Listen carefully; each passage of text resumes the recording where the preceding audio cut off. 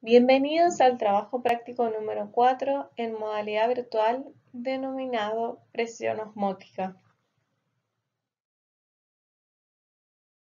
El objetivo de este trabajo práctico es determinar experimentalmente la presión osmótica del contenido celular de un tejido vegetal, más precisamente del jugo celular del tejido epidérmico de hojas de roeo discolor. Para poder desarrollar este trabajo práctico, hagamos un breve repaso de los fundamentos teóricos. Se entiende por ósmosis a un fenómeno físico que se puede definir como el pasaje de solvente de la solución más diluida a la más concentrada, a través de una membrana semipermeable, como se puede apreciar en la figura. A la derecha tenemos agua en estado puro y a la izquierda una disolución de soluto en agua que se encuentra separada por una membrana semipermeable. Analizando desde el punto de vista de la presión de vapor, el agua en estado puro posee una mayor presión de vapor porque tiene mayor energía libre en solución.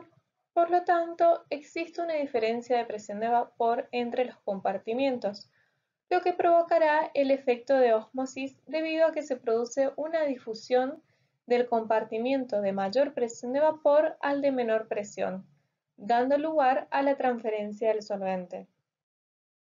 En la siguiente figura vemos cómo debido al efecto de ósmosis el disolvente atraviesa la membrana semipermeable desde donde hay menor concentración a donde hay más concentración. Por lo tanto, el disolvente fluirá de izquierda a derecha y aumentará la altura del compartimiento, que es la presión hidrostática. Ahora bien, la presión osmótica es la presión requerida para detener la ósmosis, es decir, la presión que ejerce la disolución para evitar que en ella entre disolvente. De acuerdo a la ecuación de Van Hoff, podemos ver que esta presión depende de la temperatura y de la concentración de la solución.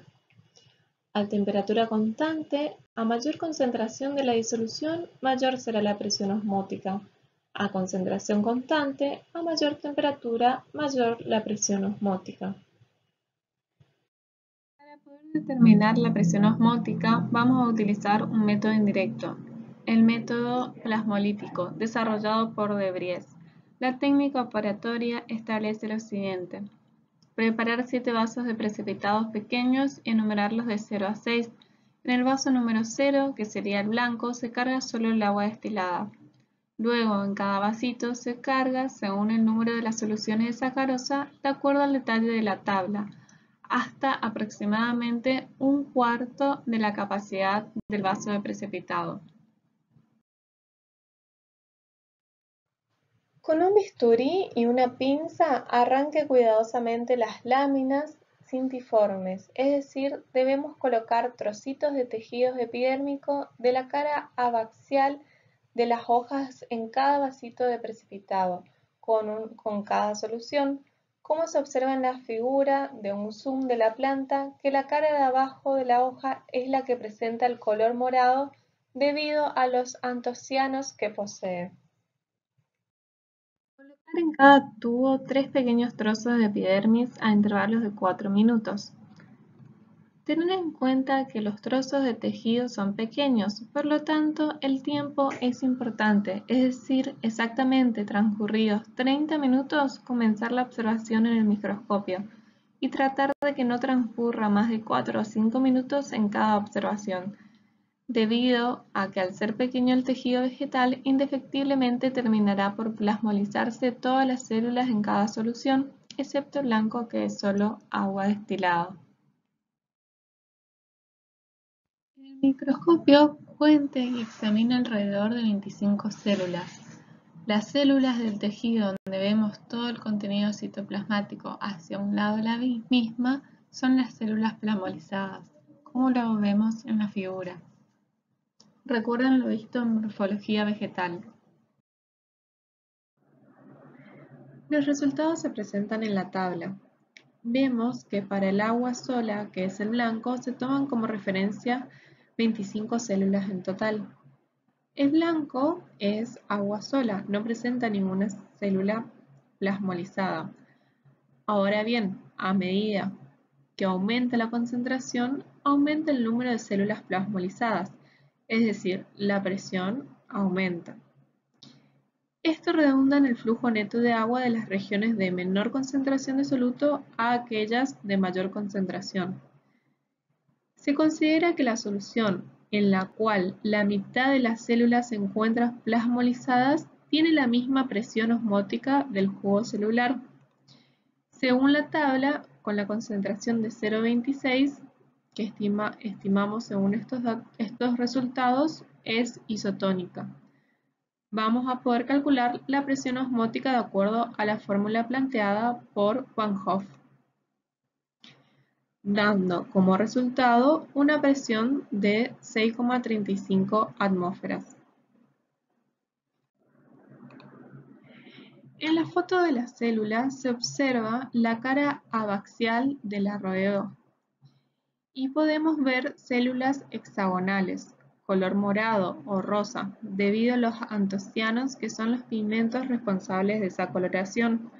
Estas células en algunos casos están cubiertas de color y en otros vemos el color hacia un lado de la célula, es decir, se han plasmolizado.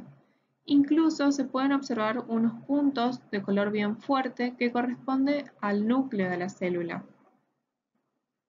Transcurrido un tiempo, en la segunda foto se observa que el número de células plasmolizadas aumenta.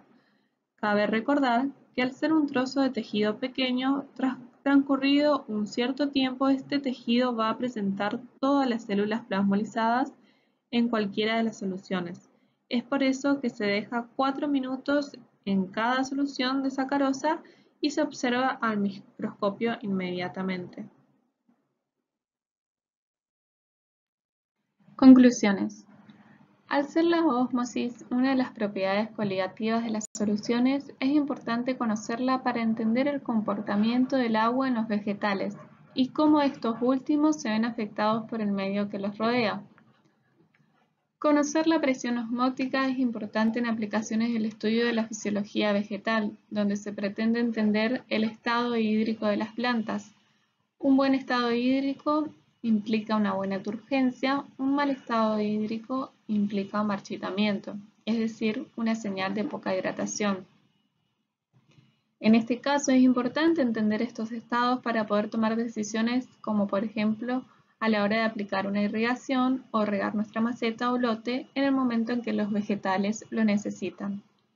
Por ejemplo, en el caso de un suelo salino, la solución del suelo tiene una mayor concentración de solutos que en las raíces de la planta, por lo que la absorción de agua por la planta se ve impedida, ya que el agua en la solución salina tiene un potencial hídrico muy bajo y por lo tanto no puede ser tomada por las células de las raíces, ya que si lo relacionamos con ósmosis, las células ceden agua al medio más concentrado. La bibliografía consultada es la misma que tiene en la guía de trabajos prácticos para profundizar sobre los temas abordados. Muchas gracias por su atención.